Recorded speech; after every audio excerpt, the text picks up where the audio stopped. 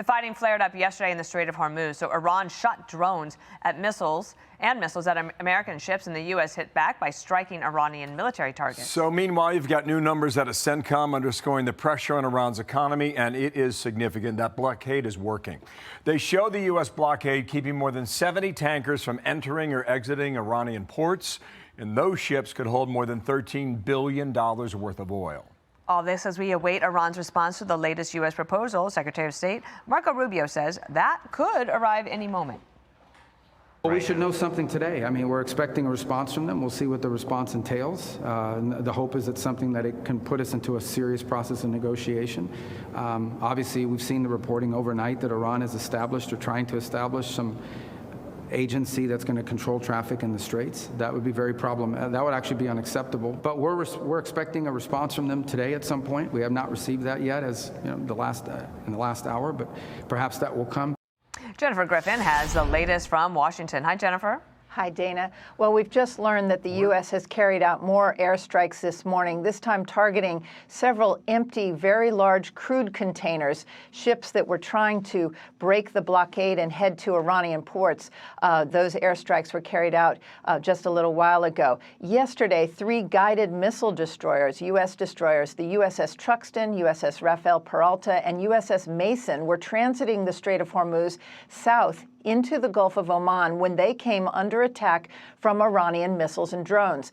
Given how narrow the strait is, this could have led to devastating consequences for the sailors on board those ships. CENTCOM says none of the U.S. warships were hit, but they had to take evasive measures and shoot down the incoming threats. A senior U.S. official tells me that the U.S. struck Iran's Qeshm Island port, a key gateway for Iranian oil, and military targets in Bandar Abbas, another port city crucial to Iran's oil export economy. There were missile launchers that were hit by the U.S. military, and Fox learned that U.S. targets also included Iran's Bandar Kargan naval checkpoint in Manab.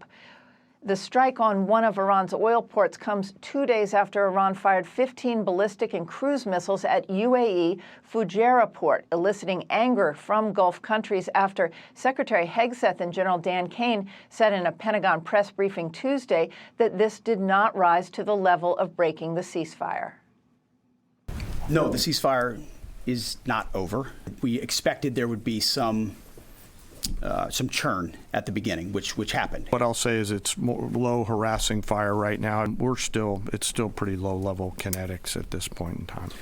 President Trump abruptly called off Project Freedom to open the Strait of Hormuz and guide ships through after the Saudis and the Kuwaitis refused for their airspace and bases to be used after that briefing, which downplayed the attacks coming from Iran Monday.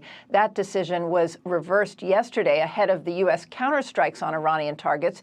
NBC and the Wall Street Journal were the first to report this.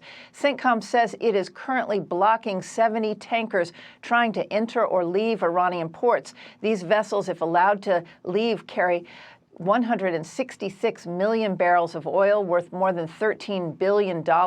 President Trump says yesterday's strikes do not constitute a restarting of the war or an end to the ceasefire, but it may be hard to control the escalation ladder if Iran keeps firing at U.S. warships crossing through the strait and hitting oil hubs like Fujairah in the United Arab Emirates. Dana. All right, Jennifer Griffin, thank you.